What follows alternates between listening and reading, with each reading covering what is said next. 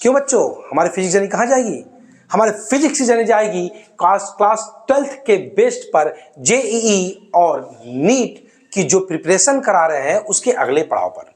हमने पूरे प्रिपरेशन को 2 स्टेप में डिवाइड किया है। फर्स्ट पार्ट में हम क्लास 11 से पे बेस रहेगा और सेकेंड पार्ट जो है हमारा वो क्लास 12th के बेस पर रहेगा। पिछले वीडियो में हम लोगों ने चार्ज पढ़ा है, कूलम्ब्स लॉ पढ़ा है, क्लियर। अब हम लोग इसके आगे बढ़ते हैं, ठीक है। आगे क्या चलते हैं, हम लोगों ने कूलम्ब्स लॉ तो पढ़ा, उस पर न्यूमेरिकल्स भी लगाया, पर आपने कभी यह सोचा कि कूलम्ब्स लॉ की वैलिडिटी क्या होती है, कि what is the limitation of Coulomb's law, या कूलम्ब्स लॉ कहां तक वैलिड होता है? तो आप जान लो कि कूलम्ब्स लॉ की 2 वैलिडिटी होती है मेन। पहली क्या, कि चार्जेज, जो चार्जेज आपका है, charges must be point charge. मतलब समझे कि जो आपका चार्ज है, जो आपने लिया था Q1 Q2 जो भी लेते हो आप, वो हमेशा पॉइंट चार्ज होना चाहिए, क्लियर। पहली वैलिडिटी कूलम्ब्स लॉ की ये है। और जो दूसरी क्या है बेटा लिमिटेशन उसकी, कि जो सेपरेशन होता है, हमने कहा ना कि let us consider 2 charge Q1 and Q2 are separated by a distance small r। तो जो उसकी सेपरेशन लेते थे हम लोग Q1 और Q2 की, ये Q1 और Q2 मान लेते हैं हम यहाँ पे Q1 Q2, इसकी सेपरेशन हम स्मॉल r मानते थे ना। तो अगर Q1 Q2 की जो सेपरेशन है, ये सेपरेशन जो है वो हमेशा ग्रेटर देन होना चाहिए न्यूक्लियर डिस्टेंस के। न्यूक्लियर डिस्टेंस कितना होता है? न्यूक्लियर डिस्टेंस होता है 10⁻⁻15 मीटर। अब क्वेश्चन ये पैदा होता है कि न्यूक्लियर डिस्टेंस से ज्यादा क्यों होना चाहिए? तो न्यूक्लियर डिस्टेंस से ज्यादा इसलिए होना चाहिए कि अगर इसकी डिस्टेंस न्यूक्लियर डिस्टेंस से कम हो गई तो फिर आप समझ गए होंगे कि in this condition a nuclear force is much stronger than the electrostatic force. तो इसके बीच में जो फोर्स लगने लगेगा वो इलेक्ट्रोस्टैटिक फोर्स नहीं लगेगा, बल्कि कौन फोर्स लगेगा? न्यूक्लियर फोर्स लगने लगेगा। तो क्या दूसरा हो गया, the separation between the point charges must be greater than the nuclear distance, that is 10⁻⁻15 metre. इसका मतलब आप समझ गए होंगे कि इसकी 2 वैलिडिटी है। पहली वैलिडिटी क्या है कि दोनों चार्जेस जो है वो कैसे होने चाहिए? पॉइंट चार्ज होने चाहिए। और दूसरी वैलिडिटी है कि इनके बीच का जो सेपरेशन है वो 10⁻⁻15 मीटर से ज्यादा होना चाहिए। अगर 10⁻⁻15 मीटर से कम हो गया तो फिर आप समझ गए होंगे कि न्यूक्लियर फोर्स भी उसमें एक्ट करने लगेगा, और जो न्यूक्लियर फोर्स जो है वो ग्रेटर देन हो जाएगा इलेक्ट्रोस्टैटिक फोर्स के। तो ऐसे कंडीशन में nuclear force is much stronger than the electrostatic force, तो आपका इलेक्ट्रोस्टैटिक फोर्स उसके बीच में काम नहीं करेगा। तो आपको 2 वैलिडिटी समझ में आई। और आज हम लोग पढ़ेंगे principal of superposition in the sense of charge. अब चार्ज के सेंस में प्रिंसिपल ऑफ सुपरपोजिशन कैसे सॉल्व होता है ये हम पढ़ेंगे, ठीक है। पहले आप इसको नोट कर लीजिए, हम मिटा दे, इसको इरेज कर दे बेटा, ठीक। देखो अब आते हैं प्रिंसिपल ऑफ सुपरपोजिशन पर, क्लियर। अब प्रिंसिपल ऑफ सुपरपोजिशन कहता क्या है? Principal of superposition, principal of superposition. अब प्रिंसिपल ऑफ सुपरपोजिशन कहता क्या है आप ये बताइए हमें। तो क्या कहता है principal of superposition? Principal of superposition कहता है आपसे कि अगर आपके पास कोई सिस्टम हो और उस सिस्टम में कैपिटल N चार्ज हो, मान लो, तो सीधी बात है कि अगर कैपिटल N चार्ज है तो सबके सब इफेक्ट करेंगे। लेकिन यहां पे कैसा चार्ज लेना है आपको? आइसोलेटेड, माने एक जो है वो दूसरे पे प्रभाव नहीं डाल रहा है। तो हमने कहा कि let us consider a system containing small n charge Q1 Q2 Q3 dash Q n, मान सकते हो। अब हमने मान लिया इसमें कोई पॉइंट P है जिसपे कोई पॉइंट चार्ज Q रखा हुआ है, तो इस Q पर फोर्स कितना होगा? तो तो ये सुपरपोजिशन क्या कहता है कि उस पर जो रिजल्टेंट फोर्स होगा वो फोर्स जो है वो सभी चार्जों के द्वारा जो फोर्स लगता है उस फोर्स के वेक्टर सम के क्या होगा, बराबर, वेक्टर एडिशन के। कैसे, मैं करके दिखाता हूं। मान लेता हूं कि कोई सिस्टम है, क्लियर, मान लिया कोई सिस्टम है जो कई चार्जों से मिलकर बना हुआ, Q1, Q2, Q3। हमने मान लिया कि आपके पास कोई सिस्टम है। Late us consider a system containing Q1, Q2, Q3 या कह सकते हो that dot dash Qn। Clear. अब हमने क्या कहा आपसे कि having position vector R1, R2, यहां मान लो है तो R3, और ऐसे ही आपका क्या हो जाएगा, यहां पे मान लेते हैं हम, तो ये आपका डिस्टेंस हो गया Rn। क्लियर।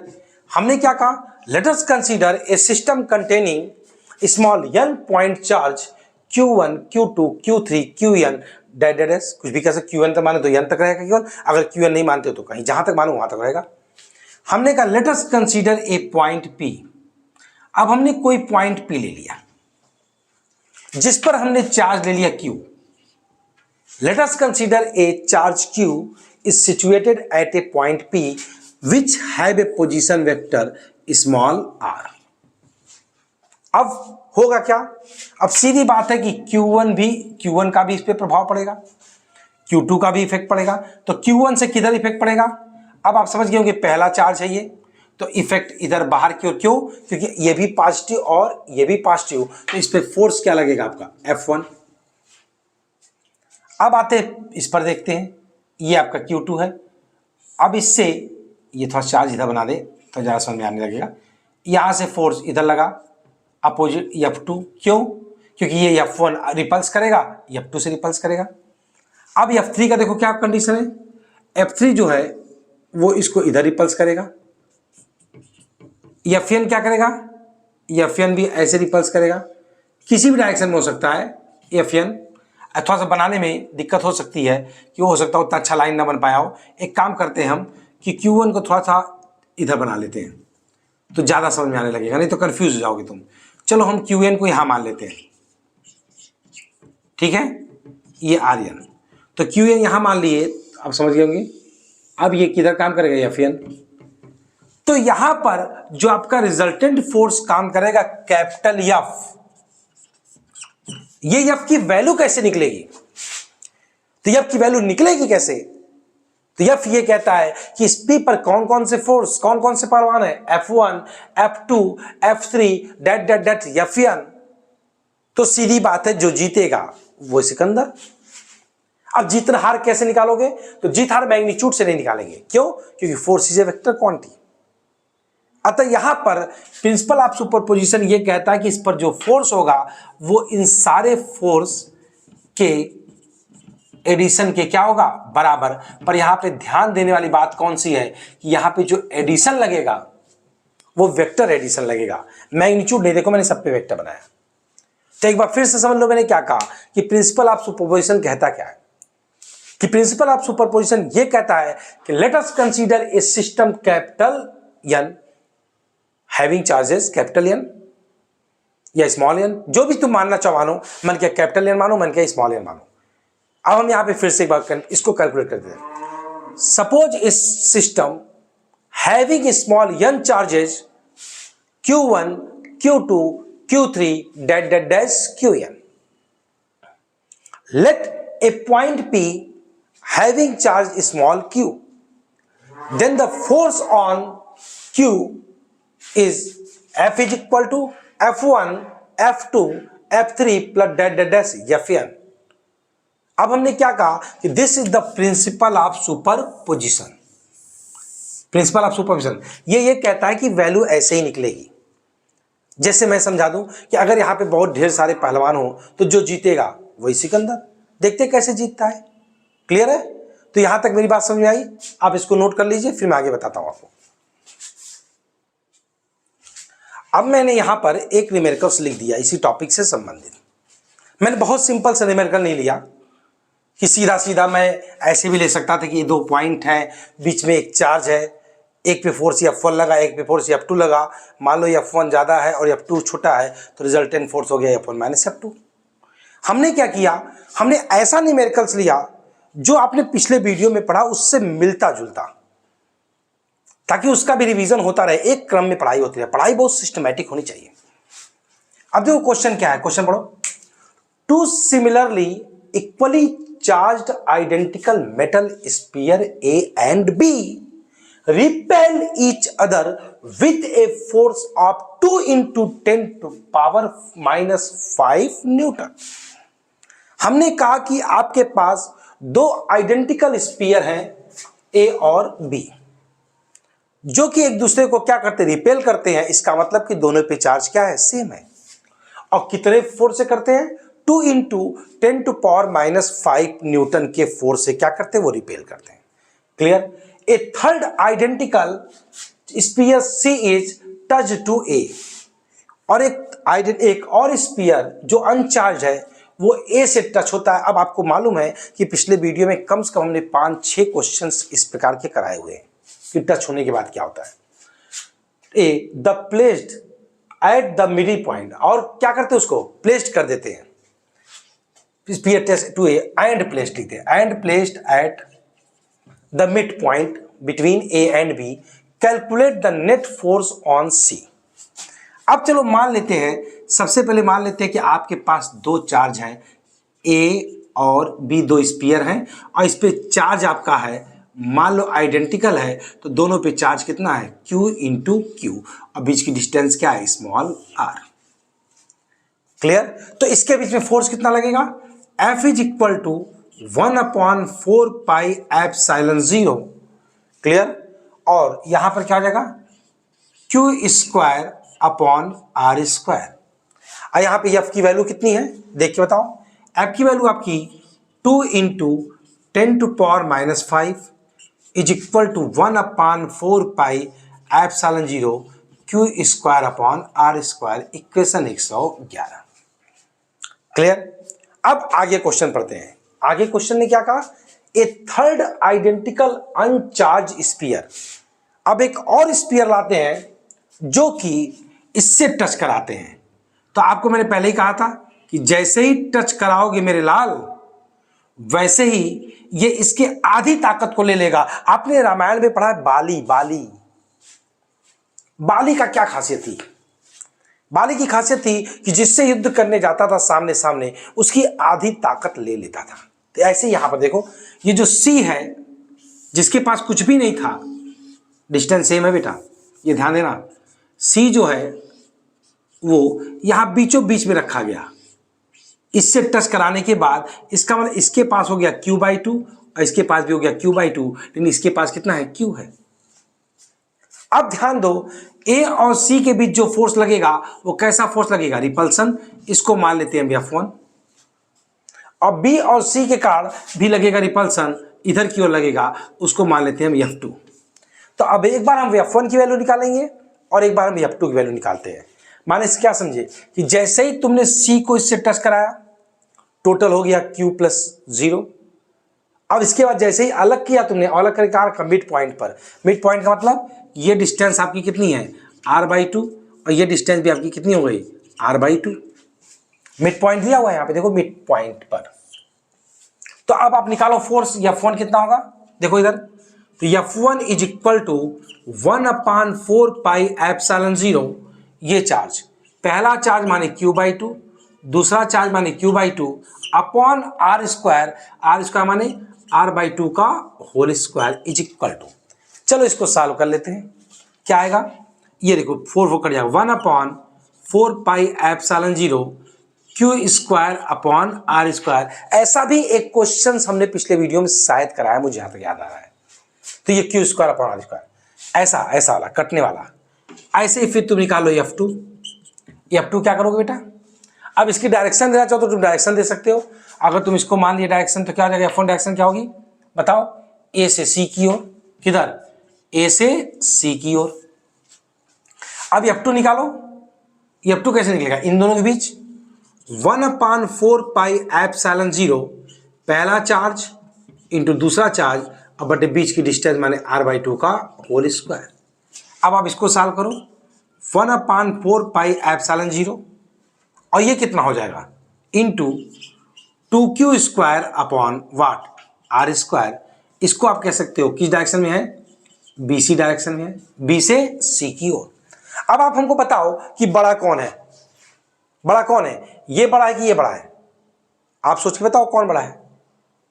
साफ दिख रहा है ये 2q² है। कैसे 2q² आया, q²/2 ये r²/4, 4 कहां गया ऊपर, तो ये बड़ा है। तो रिजल्टेंट फोर्स F पे क्या होगा बेटा, ये आपका F1 है और ये आपका F2, F बराबर F2 माइनस F1, या बराबर F2 माइनस F1 निकाल लो, देख लो, इज इक्वल टू, डायरेक्ट कर दें, जगह थोड़ी कम है। जब आप इसमें से इसको सॉल्व करोगे तो 1/4πε0 q² अपॉन r² कॉमन आ जाएगा और ब्रैकेट में आएगा 2 - 1 और 2 - 1 माने 1। तो आप समझ गए होंगे q² अपॉन r² और किस डायरेक्शन में होगा बेटा, ये BC डायरेक्शन में होगा। किधर होगा, BC। क्यों, क्योंकि BC बड़ा है और AC छोटा है, इन दोनों में झगड़ा होगा तो कौन जीतेगा, BC जीतेगी। क्लियर, नोट कर लो क्वेश्चन को तुम लोग।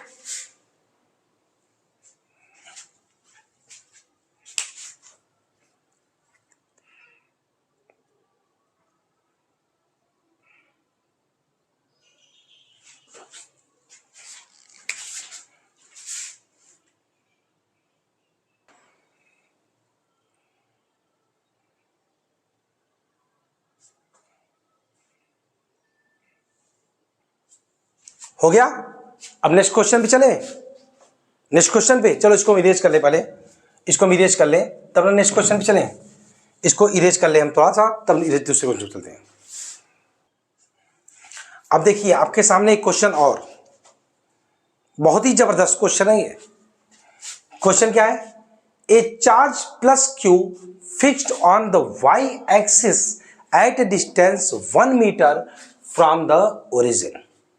हमने कहा एक चार्ज प्लस Q है जो कि 1 मीटर की डिस्टेंस पर है ओरिजिन से, and another charge plus Q 2Q is fixed on the x axis at a distance of √2 metre.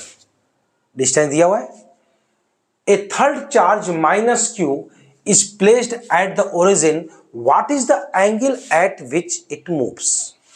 Clear, अब हमको ये देखना है कि चार्ज किधर जाएगा। चलो सबसे पहले एक काम करते हैं, सबसे पहले इसको हम सॉल्व करते हैं, सॉल्यूशन निकालते हैं इसका हम। कैसे, सबसे पहले हम बनाते हैं एक x एक्सिस और एक y एक्सिस। क्लियर, और एक चार्ज रखा हुआ है प्लस Q, कितने डिस्टेंस पे, 1 मीटर की डिस्टेंस पे। चलो मान लेते हैं ये डिस्टेंस है आपका 1 मीटर, तो यहां पे चार्ज आपका क्या रखा हुआ है, प्लस Q, और दूसरा चार्ज आपका रखा हुआ है ये 1 और ये 2 मान लेते हैं, तो यहां पे रखा हुआ है कितना, प्लस 2Q। कितने डिस्टेंस पे है ये आपका, डिस्टेंस दिया हाँ √2 मीटर पर, कितना दिया हुआ है, √2 मीटर पर। इसका मतलब कि ये डिस्टेंस थोड़ी सी गड़बड़ बन गई हमारी, √2 मीटर माने 1.414, तो ये कहीं यहाँ आएगा, ठीक है, प्लस 2Q। क्लियर, एक अंदाजा बना दिया मैंने, ठीक। अब क्या करेंगे, दिया a third charge minus Q at is placed at the origin.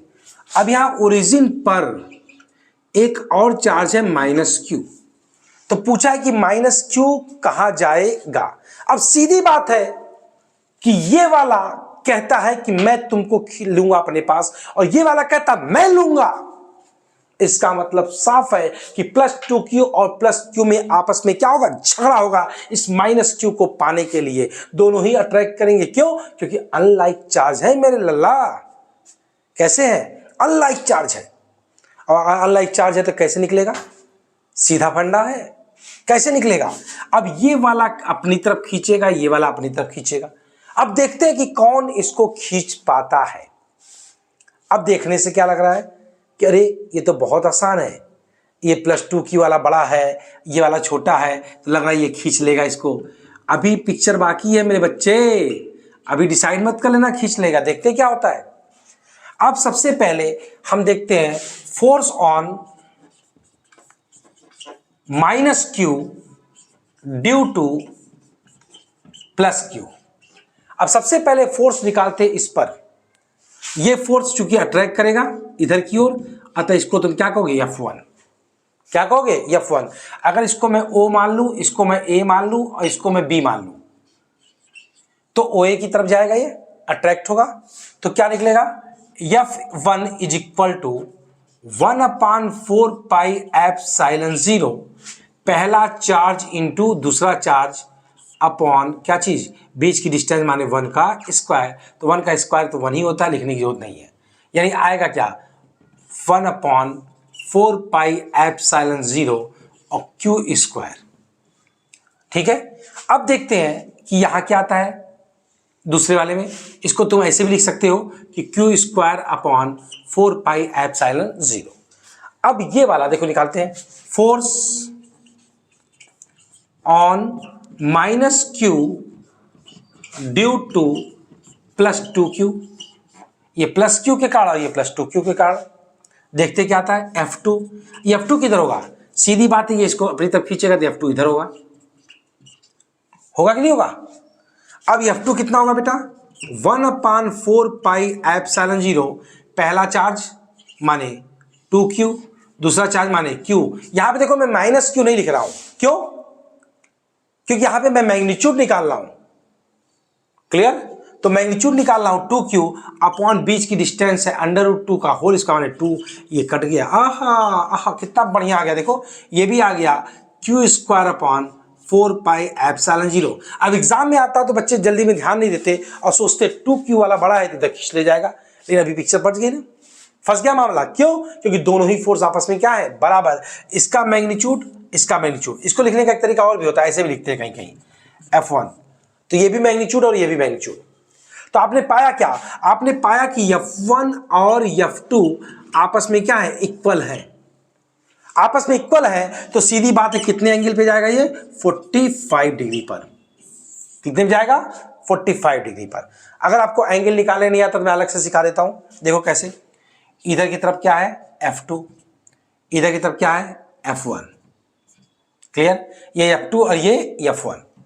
अब आप चाहो तो इससे निकाल लो, कैसे, ऐसे भी करके निकाल सकते हो, ऐसे भी एंगल बना सकते थे, जैसे चाहो ऐसे बना लो, मैं तो किसी तरह बना लेता। अब यहां पर मान लिया कि ये अब डिस्टेंस ऐसे गया, हम एंगल नहीं लिखते, 45 नहीं बनाते, हम ऐसे बना दिए। तो सीधी बात है कि ये जो 45 डिग्री बना रहे थे हम इसे ऐसे, अगर ऐसे बनाते थीटा मानते हैं तो करके देख लो, इसका मैग्नीट्यूड भी बराबर है। अगर इसके मैग्नीट्यूड को भी F मान लें, इसके मैग्नीट्यूड को भी F मान लें, तो ये कितना आएगा, F√2 आएगा। अब यहाँ cos थीटा निकाल लो, cos थीटा बराबर बेस अपॉन हाइपोटेन्यूज, F से F कट गया 1/√2 आएगा, थीटा इक्वल टू 45 डिग्री। ऐसे भी निकाल सकते हो, या तुम्हें एक बहुत सिंपल तरीका बता रहा हूं, इससे भी सिंपल तरीका कि आप यहीं पर देख लो बेटा, कुछ करने की जरूरत नहीं है। ये एंगल 90 डिग्री है, ये आपका 1 है, ये आपका √2 है, 1/√2, 1/√2 क्या हो गया, 45 डिग्री। या फिर आप वेक्टर में पढ़े ही हो ना, भी ऐसे निकालो, ये तो कोई मैटर ही नहीं इस क्वेश्चन में था, क्योंकि ये तो बच्चे जानते ही जानते हैं। आप वेक्टर में पढ़े हो फर्स्ट ईयर वाले, मैंने कहा ना ये तो 12th का चल रहा है ना, किसका चल रहा है, 12th का। आप 11th वाला पढ़ना, उसमें आप जानते हो कि वेक्टर में ऐसे बहुत सारे क्वेश्चंस आते हैं जहां पूछा जाता है कि रिजल्टेंट की डायरेक्शन क्या होगी, तो आप 75 तरीके से निकाल सकते हो, कोई मैटर नहीं। यहां पे क्या किया मैंने, तो ये क्वेश्चन समझ में आया, क्या समझ में आया कि एक चार्ज प्लस क्यू है, एक चार्ज -2q है, एक चार्ज -q है। ये -q को ये पहलवान कहता है मेरी ओर आ जाओ, और ये पहलवान कहता है मेरी ओर आ जाओ। ये दोनों ही इसको अपनी ओर खींचने का प्रयास करते हैं, क्योंकि दोनों का फोर्स आपस में क्या है, बराबर। चार्ज ज्यादा है, देखो तो दोनों में खासियत क्या है, इसका चार्ज कम था, इसका चार्ज ज्यादा, लेकिन इसका डिस्टेंस ज्यादा है, अरे कम है, और इसका डिस्टेंस ज्यादा है। √2 की वैल्यू होती है 1.414। तो जब डिस्टेंस ज्यादा है तो इसका फोर्स भी कम लगा, इसका मतलब इसका फोर्स जो है इसके फोर्स के क्या आया, बराबर आया, मैंने निकाला हुआ है। अतः ऐसे कंडीशन में ये किस डायरेक्शन में जाएगा, 45 डिग्री पर। क्लियर, तो मेरे ख्याल से मेरी समझ में आया होगा आपको ये चीज कि नहीं आया, आ गया अच्छे से। तो आज हम लोगों ने क्या क्या पढ़ा आप बताइए, मैं छोटे में पहले फिर से एक बार मैं फिर से रिवीजन कर दूं, ठीक है। एक बार मैं फिर से रिवीजन कर दूं, जो कि मेरी आदत है, और ये लास्ट वाला रिवीजन जरूर देखा करूं। और इस रिवीजन इस समय आप मत कर दिया करो दोस्तों, ये लास्ट का जो रिवीजन है यही तो इसकी ताकत है बेटा। अब जितना मैंने पढ़ाया वो समराइज करूंगा। इस समय अपनी माइंड को क्या करोगे, कंसंट्रेट, इसका मतलब कंसंट्रेट माइंड। आज हमने क्या क्या पढ़ा सोचो, ऐसे कलेक्ट करते हैं। रात में सोते समय सोचा करो कि क्या मैंने पढ़ा, नींद में जब। सबसे पहले पढ़ा वैलिडिटी। वैलिडिटी में क्या पढ़ा कि जो चार्ज है वो कैसा होना चाहिए, पॉइंट चार्ज, और जो डिस्टेंस है वो ग्रेटर देन होना चाहिए 10⁻⁻15 मीटर से। इसके बाद हमने पढ़ा principle of superposition, F is equal to F1 plus F2 plus dot dash Fn। फिर हमने क्या पढ़ा, हमने आज दो न्यूमेरिकल्स पढ़े। क्या न्यूमेरिकल्स पढ़े, दो न्यूमेरिकल्स पढ़े। पहला न्यूमेरिकल्स में हमने क्या किया था, दूसरे न्यूमेरिकल्स में क्या किया था, याद है आपको, बता सकते हैं आप हमको पहले न्यूमेरिकल्स में क्या किया था मैंने, कितनी वैल्यू आई थी, नहीं याद है। चलो दूसरा न्यूमेरिकल तो अभी लगाया हो। दूसरे न्यूमेरिकल क्या किया था मैंने, एक प्लस क्यू चार्ज था, एक प्लस 2q चार्ज था, एक आपका माइनस क्यू चार्ज था, दोनों के द्वारा फोर्स लगा था, आंसर आया था 45 डिग्री। और पहले वाले क्वेश्चन में क्या किए थे आप लोग, हमें बताइए जल्दी से सोच के। इसके जस्ट पहले वाले क्वेश्चन में आपने क्या किया था, आपने लिया था कि दो चार्जेस हैं Q1 और Q2, इसके बाद एक तीसरे चार्ज को इससे टच कराए थे, और टच कराए उसको कहाँ रखे थे, बीच में A था, ये B था, और इसके बाद आपने इस पे क्या निकाला था, फोर्स निकाला था, रिजल्टेंट फोर्स निकला था, नहीं निकला था। तो आपने आज 4 क्वेश्चंस किए। सबसे पहले आपने पॉइंट चार्ज पढ़ा, अरे वैलिडिटी पढ़ी, फिर आपने सुपरपोजिशन पढ़ा, फिर यहाँ पर इस प्रकार से आपने सुपरपोजिशन को बेस बना करके दो न्यूमेरिकल्स कराए। क्लियर। तो अब हमारा ये टॉपिक पूरी तरह से कंप्लीट हुआ। अब हम लोग अगले पड़ाव पे मिलेंगे, मिलते हैं ब्रेक के बाद। आप लगातार क्लास करते रहना बेटा, ठीक है।